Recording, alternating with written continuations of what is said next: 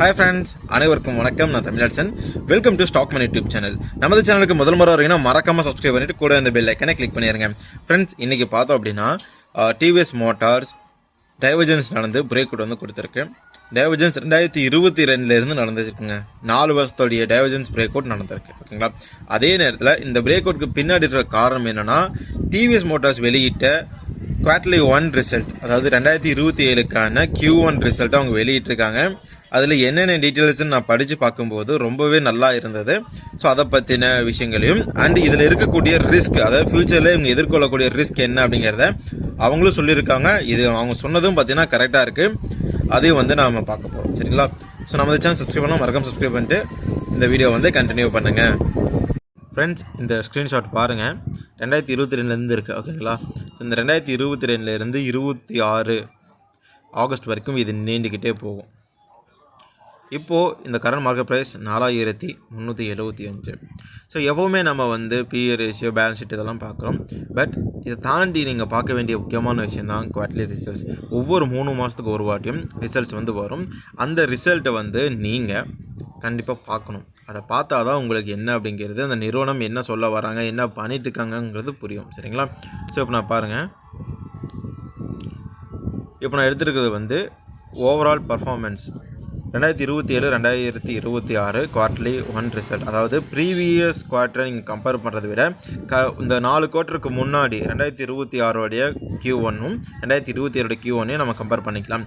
வெஹிக்கிளோட sales வச்சு பார்க்கும்போது ஒரு 12,70,000 வந்து 16 லட்சமாக வந்து உயர்ந்திருக்கு. ஸோ 28% அவங்களுடைய சேல்ஸ் உயர்ந்திருக்கு. ரெவன்யூ 38% உயர்ந்திருக்கு.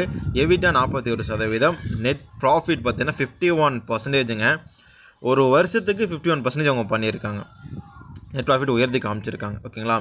ஸோ இவங்க ஏன் வந்து இந்த அளவுக்கு சேல்ஸ் வந்து பயங்கரமாக போயிட்டுருக்கு அப்படின்னா, இவங்களுடைய ப்ரெசன்ஸ் வந்து ரொம்ப வருஷமாக இந்தியாவில் இருக்குது. அதனால் நிறையா ஷோரூம்ஸும் இருக்குது, நிறையா சர்வீஸ் பாயிண்ட்ஸும் இருக்குது, and trustable one of the பிராண்டாக இருக்குது.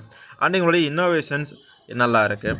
இவங்களுடைய மோட்டார் சைக்கிள்ஸும் ஸ்கூட்டர்ஸும் ஈவியும் பார்த்திங்க அப்படின்னா நல்ல ஒரு பவர்ஃபுல் காம்பினேஷனாக இப்போது மார்க்கெட்டில் இருக்குது.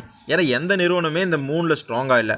பட் டிவிஎஸ் எடுத்துட்டிங்க அப்படின்னா அப்பாச்சி, ரைடர், ரோனின் போன்ற மோட்டார் சைக்கிள்ஸும், ஜூபிட்டர், என்டார்க் போன்ற ஸ்கூட்டர்ஸும், அண்ட் ஈவியில் ஐக்யூப் வந்து ஒரு நல்ல ஒரு ரீச்சில் வந்து இருக்குது இல்லைங்களா?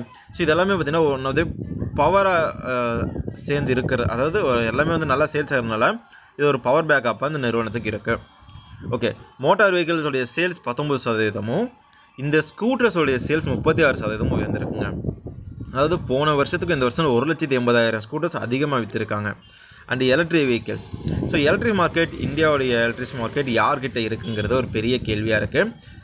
இப்போ செட்டக் போட்டி போட்டிருக்காங்க, அதாவது பஜாஜ் போட்டி போடுறாங்க, ஏத்தர் போட்டி போடுறாங்க, டிவிஎஸும் வந்து போட்டி போடுறாங்க. டிவிஎஸோடைய வெஹிக்கிள் செக்மெண்ட்டில் 86% அவங்க சேல்ஸை வந்து அதிகப்படுத்தி காமிச்சிருக்காங்க. அண்ட் ப்ரெசன்ஸ் பார்த்தீங்கன்னா இந்தியாவில் தாண்டியும் சிங்கப்பூர்லேயும் வந்து அவங்களுக்கு இருக்குது. அண்டு ஆஃப்ரிக்காலேயும் பார்த்தீங்கன்னா இப்போ அவங்க வந்து சேல்ஸ், அவங்களுடைய ஆப்ரேஷனை வந்து ஸ்டார்ட் பண்ணிட்டாங்க. இப்போது 3 வீலர் செக்மெண்ட்டில் அவங்க புதுசாக வந்திருக்காங்க. ஓகேங்களா? ஸோ அவங்களுடைய க்ரோத் எப்படி இருக்குன்னு பார்ப்போம். 48% அவங்களுடைய சேல்ஸ் உயர்ந்திருக்கு.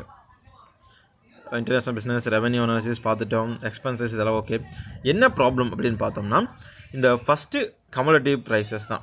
இப்போது ஹார்மோஸில் வந்து பிரச்சனை வரும்போது ஒன் ஆஃப் த பெரிய அலுமினியம் ப்ரொடக்ஷன் வந்து ஸ்டாப் ஆச்சு. அது எல்லாருக்குமே தெரியும். உலகத்திலே அதுதான் ஒரு பெரிய ஒரு அலுமினியம் ப்ரொடக்ஷன் கம்பெனி.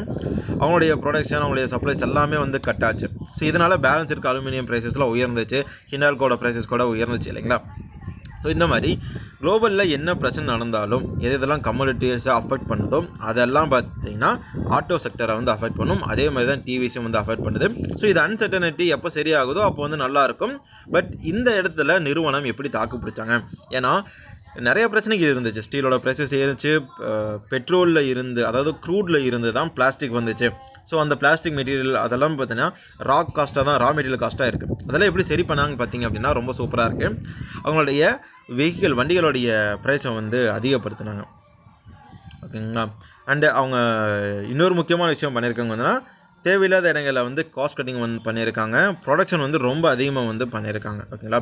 இப்போ எப்படின்னா, ஒரு 100 வண்டிக்கு அவங்களுக்கு வந்து ஒரு 1000 ரூபாய் கிடைக்குது அப்படின்னா, இந்த வார் வரும்போது அந்த ஒரு 1000 ரூபாய் அவங்களுக்கு வந்து ஒரு 800 மாறி இருக்குது ஓகேங்களா. ஸோ இந்த 800 மீண்டும் 1000 கொண்டு வர்றதுக்கு அவங்க 1000 100 வண்டியிலேருந்து 150 வண்டியாக ப்ரொடக்ஷனை வந்து இன்க்ரீஸ் பண்ணிட்டாங்க. ஸோ இதனால் கம்மியான நெட் ப்ராஃபிட் வந்து அதில் பேலன்ஸ் ஆகிடுச்சு. மார்ஜின் இன்க்ரீஸ் ஆகாமல் லோ ஆகாமல் இன்க்ரீஸ் ஆகாமல் இருக்கிறதுக்கான காரணம் அவங்க வந்து சேல்ஸில் ஃபோக்கஸ் பண்ணியிருக்காங்க. அதே நேரத்தில் ப்ரைஸையும் வந்து கணிசமான அளவுக்கு உயர்த்திருக்காங்க. ஸோ இதனால் சுற்றி நடந்த ப்ராப்ளம்னால அவங்களுடைய net profit பாதிக்கப்படலை.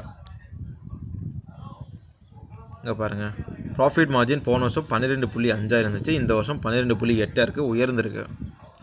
And then கவர்மெண்ட்டோடைய policy இருக்குது. அது இன்னொரு ரிஸ்க் என்னென்னு பார்த்தீங்கன்னா, இந்த நிறுவனங்கள் வந்து இ-பைக்கை வந்து தயாரிக்கிறாங்க, மோட்டார் சைக்கிள்ஸை வந்து தயாரிக்கிறாங்க, ஸ்கூட்டர்ஸை தயாரிக்கிறாங்க.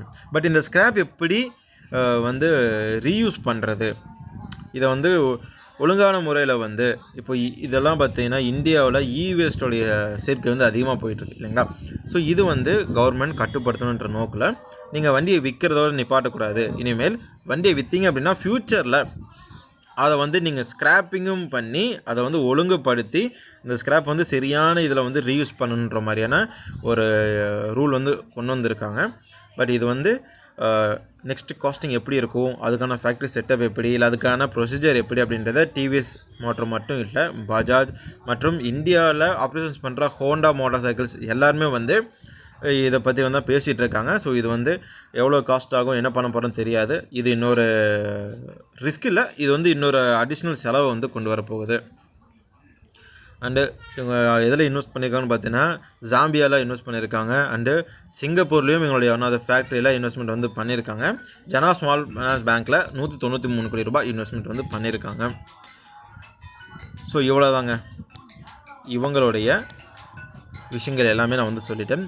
உங்களுக்கு என்னுடைய எஃபர்ட்ஸ் பிடிச்சிருந்தால் லைக் பண்ணுங்கள், இது போன்ற வீடியோஸ்க்கு சப்ஸ்கிரைப் பண்ணுங்கள். தேங்க்ஸ் ஃபார் வாட்சிங். டாட்டா, பாய்.